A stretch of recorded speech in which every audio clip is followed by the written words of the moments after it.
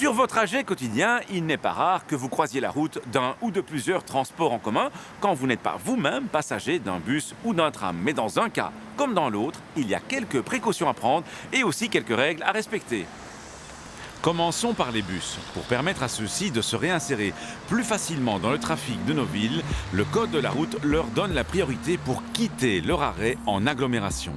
Donc, quand vous arrivez à hauteur d'un arrêt en agglomération et qu'un conducteur de bus a allumé ses clignotants pour quitter cet arrêt, vous devez lui céder le passage. Hors agglomération, le bus n'a par contre pas la priorité pour quitter son arrêt.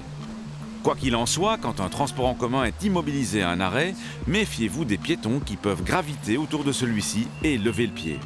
La législation accorde également des facilités de circulation via les bancs de bus ou les sites spéciaux franchissables.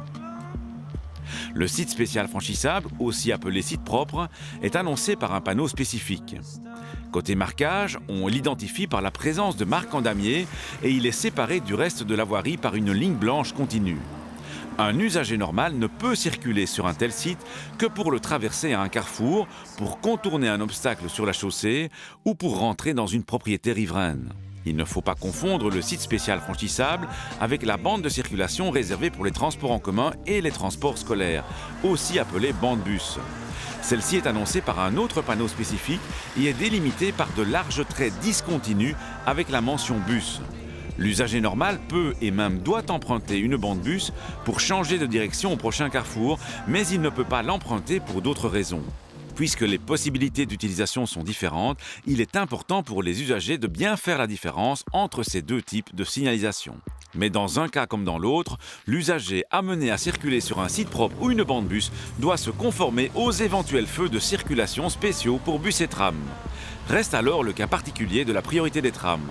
Le tram a la priorité quasiment partout. Bien sûr, il doit se soumettre aux injonctions des agents et respecter les feux de signalisation. Mais sinon, par exemple, pour une priorité de droite, le tram ne doit pas céder le passage. Même chose, un passage pour piéton qui n'est pas protégé par des feux, le piéton doit céder le passage au tram. Alors, le tram a plus de priorité parce que c'est un véhicule sur rail. Un véhicule sur rail ne peut pas dévier de sa trajectoire pour éviter un obstacle. Un véhicule sur rail a moins d'adhérence également qu'un véhicule sur pneus. Et puis, le tram est un véhicule lourd qui transporte des passagers et un freinage brusque peut blesser les passagers qui se trouvent à l'intérieur du tram et qui ne portent pas de ceinture de sécurité. Et quand on parle de passagers, ceux-ci doivent entrer et sortir des transports en commun, c'est un moment délicat. Oui, c'est un moment où il y a souvent beaucoup de monde. Et il faut faire très attention lorsqu'on embarque, lorsqu'on débarque, lorsqu'on court après son tram, son bus pour essayer de l'attraper. Il y a toujours un véhicule qui peut en cacher un autre et donc il faut rester très vigilant, même chose pour les traversées. Et les piétons en général aussi, c'est dangereux aussi pour eux. Alors les piétons, oui, il faut faire attention aussi de ne pas être distrait, par exemple par des oreillettes, par exemple par son GSM ou par d'autres choses qui pourraient empêcher de voir arriver un tram ou un bus.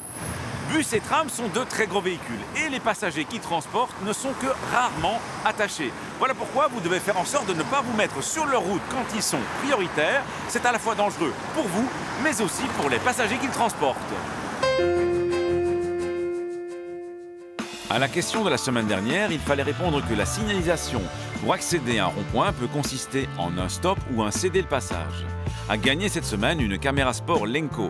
La question, quand un passage pour piétons sans feu coupe une voie de tram, le tram doit céder le passage aux piétons qui veulent s'engager, le tram doit céder le passage aux piétons qui se sont engagés, ou le piéton doit céder le passage au tram.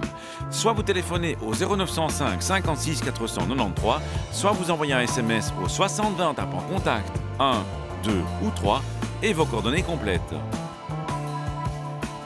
À la semaine prochaine et d'ici là, bonne route!